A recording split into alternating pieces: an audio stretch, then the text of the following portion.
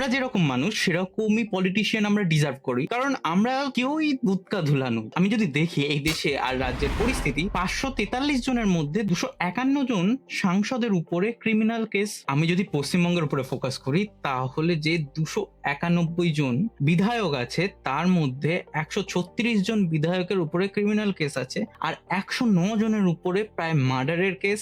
আমরা এত ভালো মানুষ নই যে ভালো কোনো ক্যান্ডিডেটকে আমরা বিধায়ক বা সাংসদ বানাতে পারবো। আমরা চাই আমাদের যে সাংসদ বিধায়ক খুব ভালোভাবে স্বচ্ছ হোক, কিন্তু আমাদের যে নিজের সিভিক সেন্স আছে সেটা খুবই বাজে। আমি ডেলি যে সময় কলকাতায় যাই, আমি এটা দেখি যেই আমার স্টেশন থেকে ট্রেন ছাড়বে, কিছু 6-7টা কাকু প্রত্যেক দরজার সামনে দাঁড়াবে, সিগারেট টানবে। এরা ইঞ্জিন বগি পর্যন্ত ছাড়ে না, লেখা থাকে নো স্মোকিং জোন। আর এরা স্বচ্ছ পলিটিশিয়ানকে ভোট দিয়ে জিতিয়েছে। আমার একটা বন্ধু আছে যে সারাক্ষণ বলে গভর্নমেন্ট বাজে, মানুষ বাজে, ভালো এক প্রধানমন্ত্রী মুখ্যমন্ত্রী থাকার দরকার, বাট নিজে পরশুদিন স্ট্যাটাস দিয়েছে ন্যাশনাল হাইওয়েতে বাইক চালাচ্ছে ডবলে উইদাউট হেলমেট, তারপরে এক হাতে ভিডিও করছে। এরা চায় হলো ভালো পলিটিশিয়ান, বাট এদের নিজের কাণ্ড ক্রিমিনালের থেকে কম কিছু নয়।